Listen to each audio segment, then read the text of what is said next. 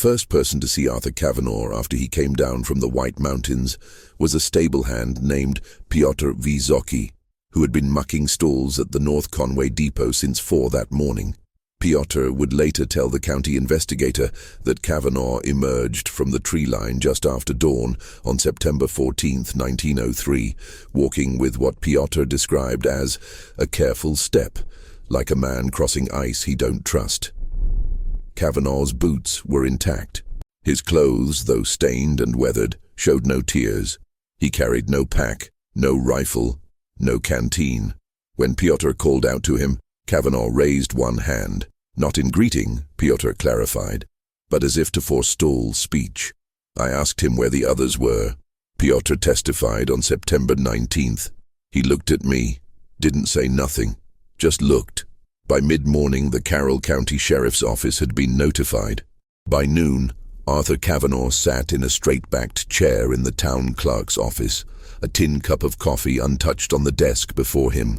Present were Sheriff Edwin Morse, town clerk Harold Finch, and a stenographer named Eustace Bell, whose transcript survives in the New Hampshire State Archives.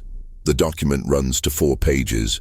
Cavanaugh's contributions account for 11 words. Mr.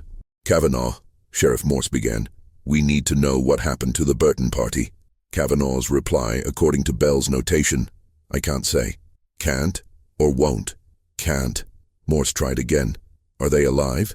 Silence. Are they dead? Silence. Did you leave them or did they leave you? Cavanaugh's hands, resting on his knees, did not move. His gaze remained fixed on a point just above the sheriff's shoulder. After what Bell estimated as 45 seconds, Morse exhaled sharply and made a note in his own ledger.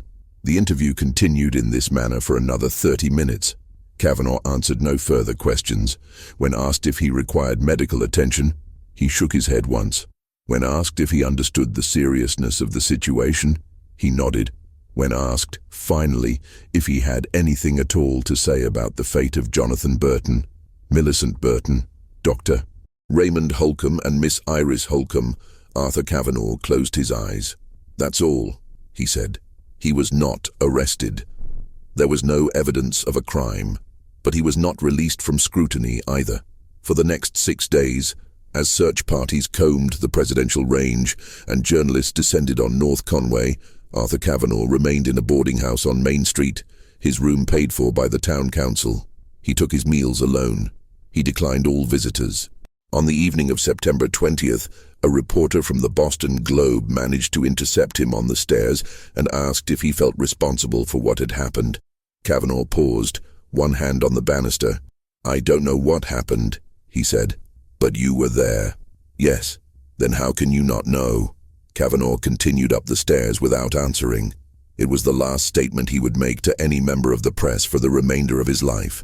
What we know of Arthur Cavanaugh before September 1903 comes largely from employment records, census data, and a handful of letters preserved by his sister, Clara Cavanaugh Doherty, who lived in Portsmouth until her death in 1954. He was 31 years old at the time of his return. Born in Lawrence, Massachusetts in 1872, he had worked as a surveyor's assistant, a railroad clerk, and briefly as a bookkeeper for a textile concern in Manchester. In 1899, he was hired by the Boston and Maine Railroad to assist in route assessments through the White Mountains, a position that required extended periods in remote terrain, often alone. His supervisors described him as reliable, meticulous, and reserved. He did not drink. He attended church irregularly. He had no wife, no children, no known romantic entanglements. Arthur was the sort of man, his sister Clara wrote in 1948, in a letter to a historian researching early mountaineering accidents, who seemed to prefer the company of maps to people. But he was kind. I want that understood. He was kind. In early August of 1903, Cavanaugh was approached by Jonathan Burton, a Boston physician with a passion for alpine exploration, who was assembling a small party for a 2-week trek through the presidential range. Burton had learned of Cavanaugh through mutual acquaintances at the Appalachian Mountain Club. He needed someone with survey experience, someone who knew the trails and could assist with route finding. The pay was modest, but fair. Cavanaugh accepted. He left North Conway on August 28th in the company of 4 people. None of them returned with him. The official search, which began on September 15th and lasted 11 days, found no bodies. No evidence of a campsite gone wrong. No sign of struggle, illness, or disaster. The weather records for late August and early September 1903 show no unusual storms. Temperatures were mild. Visibility was good. One search party reported locating a cairn of stones near the summit of Mount Adams that appeared recently constructed. But when questioned, Cavanaugh neither confirmed nor denied having built it. By late September, the search was called off. The Burton family, prominent in Boston's medical community, retained a private investigator named Samuel Dwyer, who interviewed Cavanaugh twice. Dwyer's reports, now housed at the Massachusetts Historical Society, are clinical in tone and deeply frustrated. Subject exhibits no signs of deception, Dwyer wrote on October 2nd, but neither does he exhibit cooperation. When pressed, he becomes immobile. It is my professional opinion that Mr. Cavanaugh is concealing information, but I cannot determine whether this concealment is voluntary or the result of psychological incapacity. Cavanaugh submitted to a medical examination on October 8th. Dr. Leonard Parrish of Concord found him to be in good physical health, with no evidence of frostbite, malnutrition, or injury.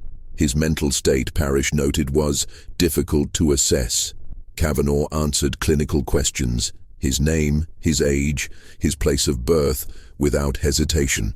But when the conversation turned to the mountains, he became what Parrish described as absent. I asked him, Parrish wrote, whether he had experienced any period of confusion or memory loss during the expedition. He said no. I asked him whether he recalled the last time he saw Dr. Holcomb. He said yes. I asked him to describe that moment. He did not answer. I repeated the question. He looked at me and said, I remember. That was all. On November 3, 1903, the Carroll County coroner issued a report concluding that Jonathan Burton, Millicent Burton, Dr. Raymond Holcomb, and Miss Iris Holcomb were presumed deceased due to causes unknown, likely related to misadventure in alpine conditions. Arthur Cavanaugh was listed as a witness. No charges were filed. No further investigation was pursued. Cavanaugh left North Conway in mid-November.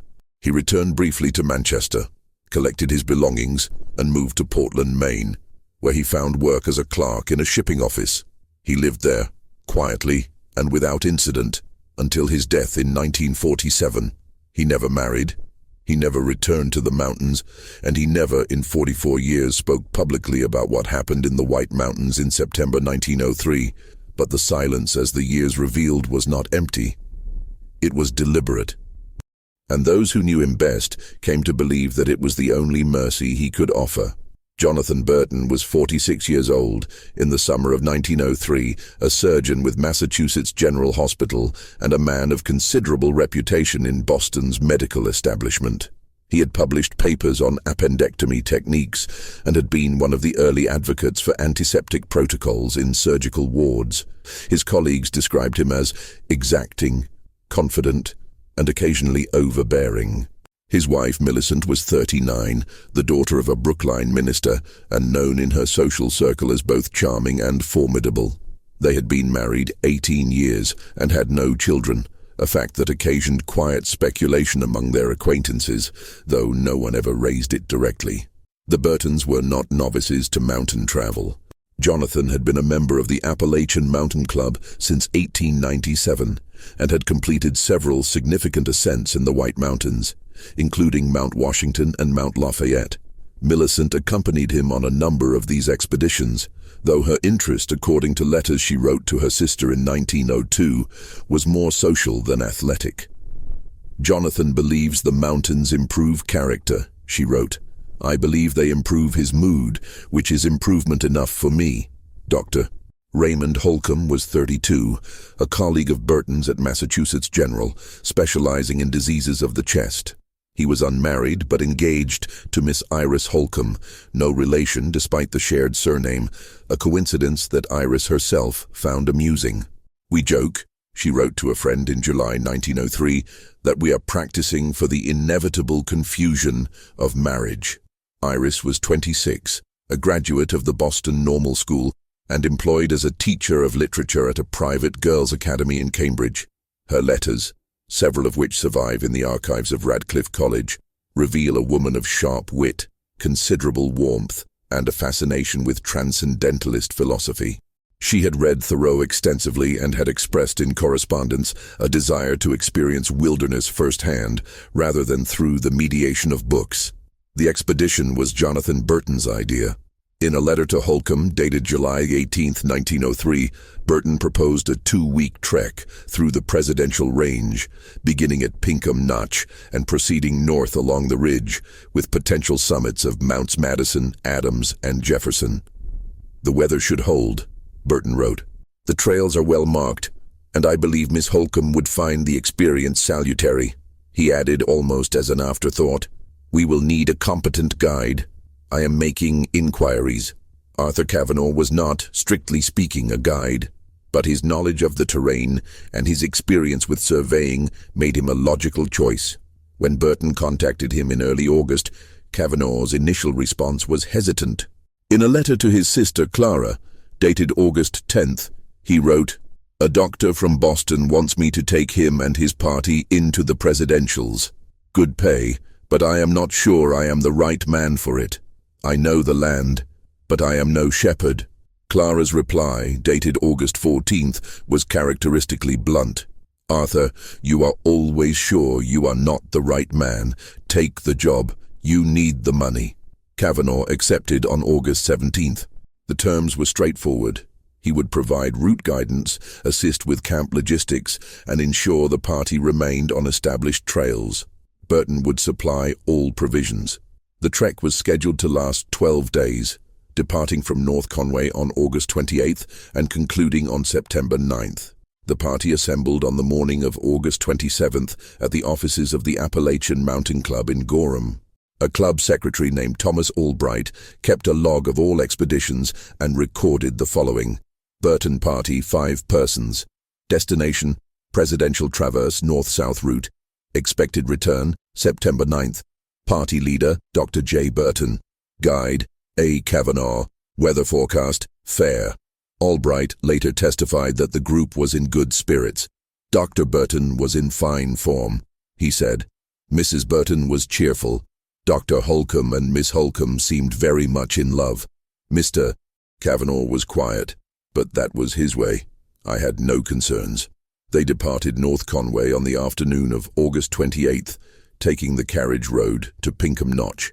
The last person to see them before they entered the mountains was a trail worker named Samuel Tibbets, who encountered them near the base of the Tuckerman Ravine Trail on the morning of August 29th. Tibbets would later recall that Cavanaugh walked slightly apart from the others, checking his compass frequently. "They looked like any other group," Tibbets said, "well prepared. No one seemed troubled." What we know of the internal dynamics of the Burton party comes largely from Iris Holcomb's letters, written in the weeks before departure. She was, it seems, both excited and apprehensive. In a letter to her former roommate at the normal school dated August 20th, she wrote, "Raymond is beside himself with enthusiasm. Dr. Burton has been describing the views from Mount Adams as though they were a religious experience. Mrs. Burton assures me that the hardship is exaggerated, that the trails are perfectly safe, and that I will return with stories to bore my students for years. I confess I am more anxious than I expected to be, but I am determined to go.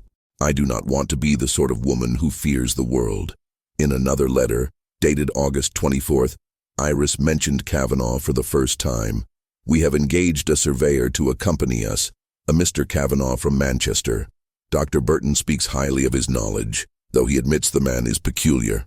Not much for conversation," he said. I asked if that would be a problem, and Dr. Burton laughed. "On the contrary," he said, "it will be a relief. There is no record of Cavanaugh's impressions of the group before departure, but Clara Doherty, in her 1948 letter, offered a second-hand account. Arthur told me once, this was years later, long after it was over, that he had liked them. He said Dr. Burton was overbearing but competent, that Mrs. Burton was kinder than she seemed, that Dr. Holcomb was young and eager, and that Miss Holcomb asked good questions. She wanted to know why things were the way they were, he said. Not many people care about that. Clara added, he never told me what happened to her, but when he spoke her name, his voice changed. The Burton party was last seen together on the morning of September 1st, camped near the col between Mount Madison and Mount Adams. A solo hiker named Frederick Lowe passed their site around 8 in the morning and later testified that the group appeared to be preparing for a summit attempt. Mr. Cavanaugh was checking their packs, Lowe said. Dr. Burton was consulting a map. The ladies were adjusting their boots. Dr. Holcomb waved to me. I wished them good weather and continued on. Lowe reached the Madison Spring Hut by noon. He saw no one else on the trail that day. Somewhere between the col and the summit, in the span of hours or days that followed, something happened. The record goes silent. The maps offer no clues. The mountains keep their counsel. And Arthur Cavanaugh, who was there, who saw what occurred, chose silence as well. The reconstruction of the Burton party's final days relies on fragments. A weather station log from the summit of Mount Washington, a ranger's report of an unattended campsite, and the testimony of 2 hikers who claim to have heard voices in the distance on the evening of September 3rd. None of these fragments align cleanly. None of them explain the absence. What we know with certainty is this. On September 1st, the party was intact.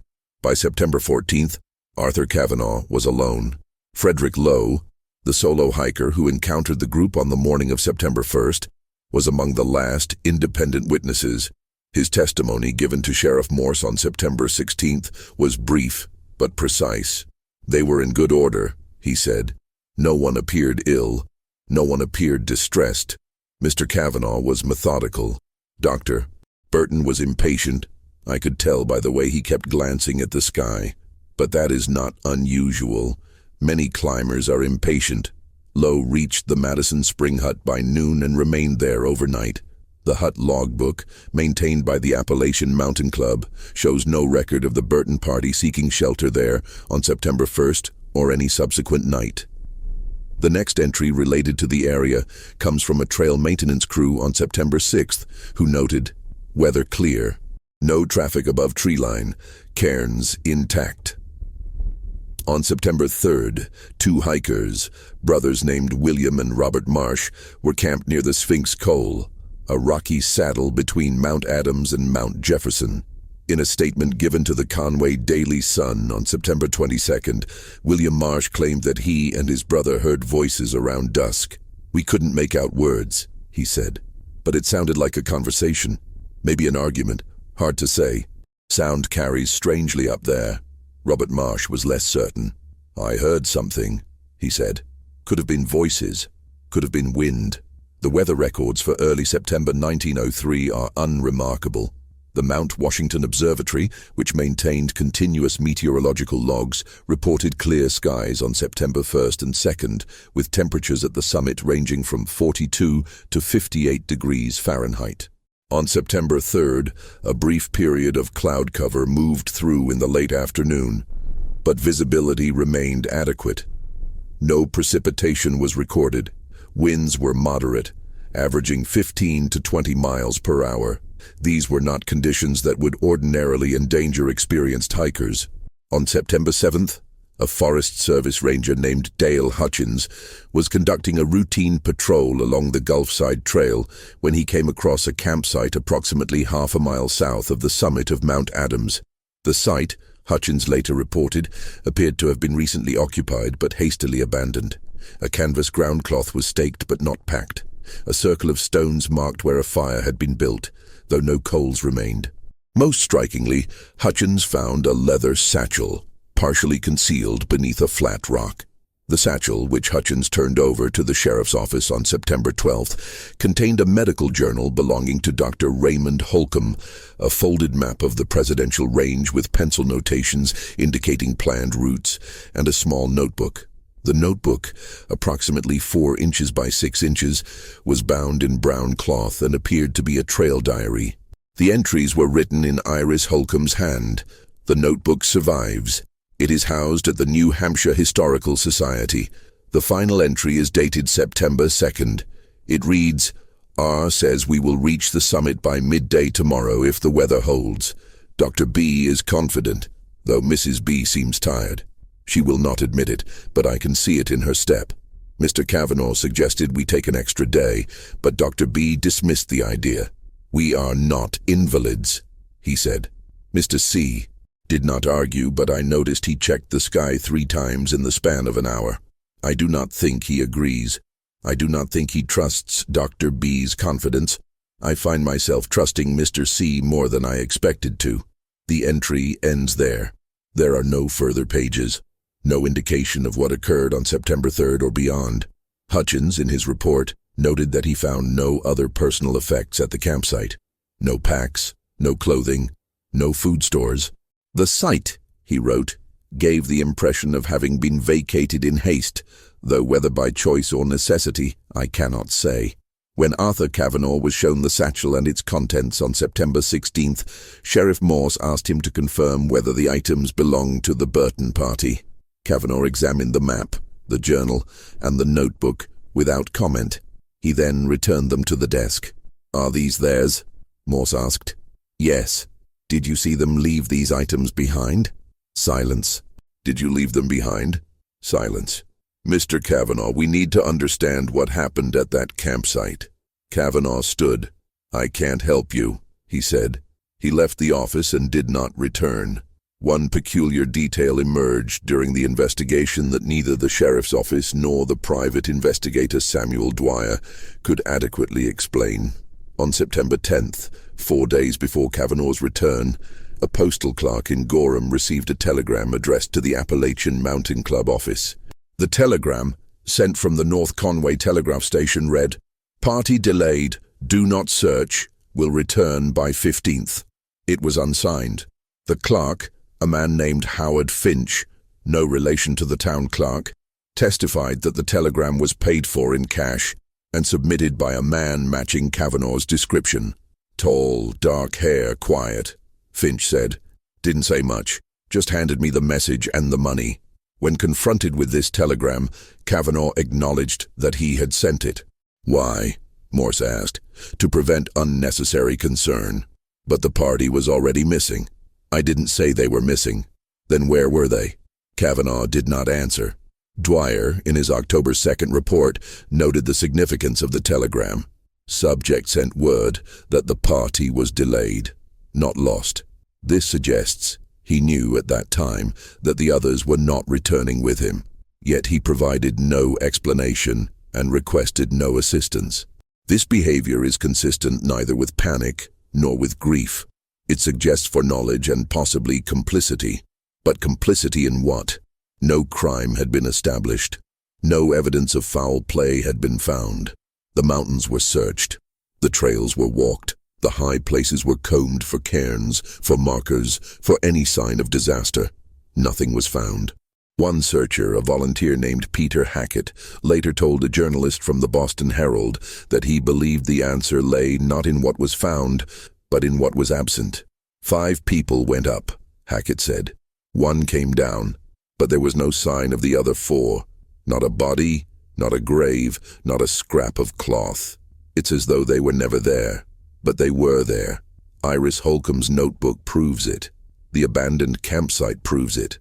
Cavanaugh himself proves it. So where did they go? And why, when pressed, did Arthur Cavanaugh insist that he could not say? Clara Doherty, in her 1948 letter, recounted a conversation she had with her brother in the winter of 1910, 7 years after his return. I asked him once, she wrote, if he thought the others had suffered. He was silent for a long time. Then he said, I don't know. I asked if he had been with them at the end.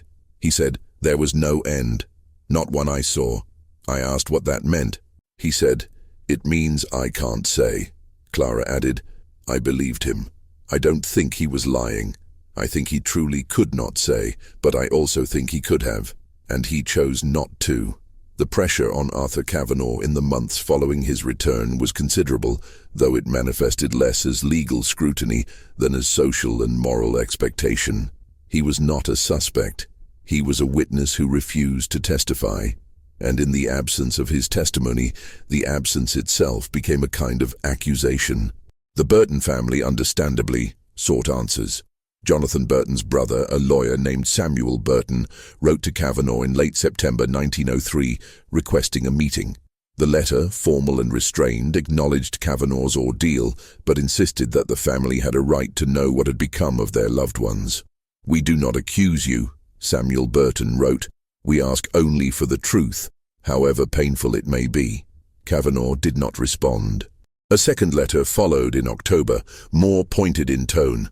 "Your silence," Samuel Burton wrote, "compounds our grief. If you witnessed their deaths, we need to know.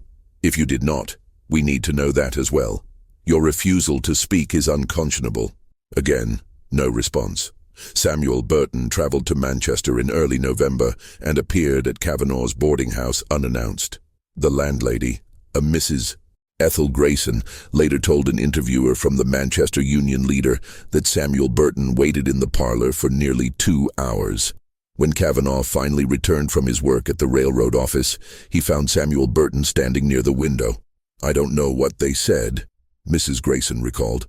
"The door was closed, but I heard Samuel Burton's voice rise once, and then I heard nothing. When he left, he looked like a man who'd been struck." Samuel Burton died in 1911. Among his papers donated to the Massachusetts Historical Society in 1923 was a single sheet of stationery dated November 8, 1903. The handwriting is Cavanaugh's. The text is brief. "Mr. Burton, I cannot give you what you are asking for. I am sorry. A.C." The Holcomb family pursued a different approach. Raymond Holcomb's father, a retired pastor named Josiah Holcomb, hired the private investigator Samuel Dwyer and provided him with resources to conduct a thorough inquiry. Dwyer's work was meticulous. He interviewed every person who had been in the White Mountains during late August and early September. He examined weather records, trail logs, and geological surveys. He studied maps, consulted with experienced climbers, and even hired a mountaineer to retrace the likely route of the Burton party. None of it yielded answers. Dwyer's final report, submitted to Josiah Holcomb on November 12, 1903, concluded with a passage that has since become emblematic of the entire case. "Mr. Cavanaugh is the sole living witness to events that resulted in the disappearance of 4 persons. He has been interviewed repeatedly. He has been examined by physicians. He has been offered sympathy, compensation, and immunity from prosecution. He has been threatened with legal action. None of these approaches has produced a meaningful statement. It is my professional judgment that Mr. Cavanaugh will never speak. Whether this is due to trauma, guilt, or some other cause, I cannot determine. What I can say is this: his silence is not the silence of ignorance. It is the silence of decision." Iris Holcomb's mother, Margaret, took a quieter but no less determined approach. She wrote to Cavanaugh in December 1903, not demanding answers, but asking for a single piece of information: whether her daughter had been afraid at the end. Cavanaugh's reply, preserved in the Holcomb family archive, is one of the few written communications he ever provided regarding the events of September 1903. It is dated December 18, 1903, and reads in full: "Mrs. Holcomb, your daughter was not afraid. I can tell you that much. I am sorry I cannot tell you more. A. Cavanaugh." Margaret Holcomb carried that letter with her until her death in 1931. Her granddaughter, in a 1972 interview with a graduate student researching the case, said that her grandmother had once told her, "He loved her, you know. I'm certain of it. That's why he won't speak." There is no evidence to support this claim, but there is also no evidence to refute it. Public interest in the case waned by early 1904. The newspapers moved on. The search parties disbanded. The mountains returned to their seasonal rhythms, but in North Conway in Boston and in the small circles of the Appalachian Mountain Club, the story of the Burton party lingered. It became a cautionary tale, a mystery, and eventually a ghost story. though the details grew hazier with each retelling. Arthur Cavanaugh, for his part, disappeared into a life of deliberate obscurity. After leaving Manchester in November 1903, he moved to Portland, Maine, where he found employment as a shipping clerk with the Grand Trunk Railway. His work was routine, his habits unremarkable. He rented a room on Munjoy Hill and took his meals at a boarding house on Congress Street. He attended services at the First Parish Church irregularly. He had no close friends. In 1911, he moved to a smaller apartment on India Street. In 1918, he briefly left Portland to work at a munitions plant in Bath during the final months of the Great War. He returned to Portland in 1919 and resumed his position with the railway. In 1923, he was promoted to assistant freight manager, a position he held until his retirement in 1942. He never returned to New Hampshire. He never hiked again. And according to those who knew him in Portland, landlords, co-workers, shopkeepers, he never mentioned the mountains. Clara Doherty visited him twice in Portland, once in 1908 and again in 1925. In her 1948 letter, she described her brother's life in those years as small, but not unhappy. He seemed content, she wrote, or at least he seemed resigned. He read a great deal. He walked along the waterfront in the evenings. He was kind to children and old people, but there was something in him that had been closed off. I could feel it, like a door that had been shut and locked and the key thrown away. In 1937, a journalist named Robert Henley, writing for Yankee magazine, attempted to interview Cavanaugh for an article on unsolved mountain disappearances. Henley located Cavanaugh's address through public records and sent a letter requesting a meeting. Cavanaugh's response, postmarked May 14, 1937, was characteristically brief. "Mr. Henley, I have nothing to add to what is already known. Please do not contact me again. A. Cavanaugh." Henley respected the request. His article, published in September 1937, mentioned Cavanaugh only in passing and concluded with a line that captures the enduring frustration of the case. Some silences cannot be broken, even by time. Cavanaugh died on March 3, 1947, at the age of 74. The cause of death was pneumonia. He was found in his apartment on India Street by his landlord, a man named Thomas Reardon, who later told the Portland Press-Herald that Cavanaugh had been unwell for several days, but had refused medical attention. "He was a private man," Reardon said. "He didn't want fuss." Among Cavanaugh's possessions, catalogued by the executor of his modest estate, were the following: several suits of clothing, a collection of books, mostly poetry and natural history, a pocket watch, a compass, and a small wooden box containing letters from his sister Clara. There were no personal journals, no maps, no photographs, and no explanation. Clara Doherty, informed of her brother's death by telegram, traveled to Portland to make arrangements. She was 71 years old and in poor health, but she insisted on handling the matter personally. At the funeral, held at the Evergreen Cemetery Chapel on March 7th, fewer than a dozen people attended. Most were co-workers from the railway. One was Thomas Reardon. Clara was the only family member present. In her 1948 letter, Clara described the funeral as brief and plain, which is what Arthur would have wanted. She added, "I did not cry. I had cried enough over the years. What I felt standing there was a kind of relief, not because he was gone, but because the burden he had carried was finally set down." But was it? In the same letter, Clara recounted a moment that occurred after the service. She was standing alone by the grave when Reardon approached and handed her a sealed envelope. "Your brother gave this to me 2 weeks ago," Reardon said. "He told me to give it to you if anything happened to him." Clara opened the envelope. Inside was a single sheet of paper, folded once. On it, in Arthur's handwriting, were 4 words: "I did what I could." The disappearance of the Burton party remains, more than a century later, one of the enduring mysteries of the White Mountains. Over the decades, theories have proliferated. Some have suggested a sudden storm, despite the weather records. Others have proposed a fall, a misstep on unstable scree. Still others have speculated about illness, disorientation, or even foul play, though no evidence supports the latter. What is clear is that Arthur Cavanaugh's silence was not the silence of a man with nothing to say. It was the silence of a man who chose, deliberately and at great personal cost, not to say it. Why? The question has been posed by journalists, historians, family members, and amateur sleuths. It has been the subject of academic papers, documentary films, and countless online forums.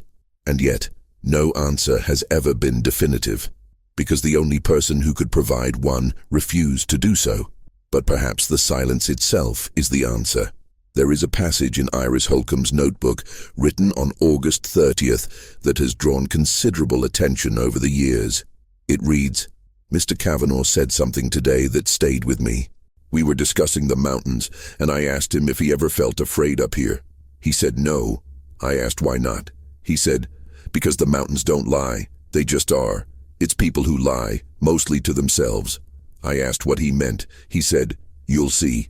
What did Iris see? What did any of them see? And what did Arthur Cavanaugh see that convinced him silence was the only ethical response? One theory, advanced by a historian named Dr. Eleanor Pritchard, in a 2003 article for the Journal of American Mountain History, suggests that the Burton party may have encountered a situation in which survival required a choice that could not be fairly judged by those who were not present. Extreme environments, Pritchard wrote, create moral dilemmas that defy conventional ethics. If Cavanaugh was part of such a dilemma, his silence may have been an act of protection, not of himself, but of the others. By refusing to speak, he prevented their actions or his own from being misunderstood or condemned. This theory aligns with Clara Doherty's interpretation of her brother's final note. I did what I could, she wrote in her 1948 letter, does not mean he saved them. It means he did what was possible under impossible circumstances, and he chose not to explain those circumstances because to do so would have required him to assign blame. He would not do that, not to the dead, not to himself. Another possibility, less comfortable but no less plausible, is that Cavanaugh's silence was an act of mercy toward the living.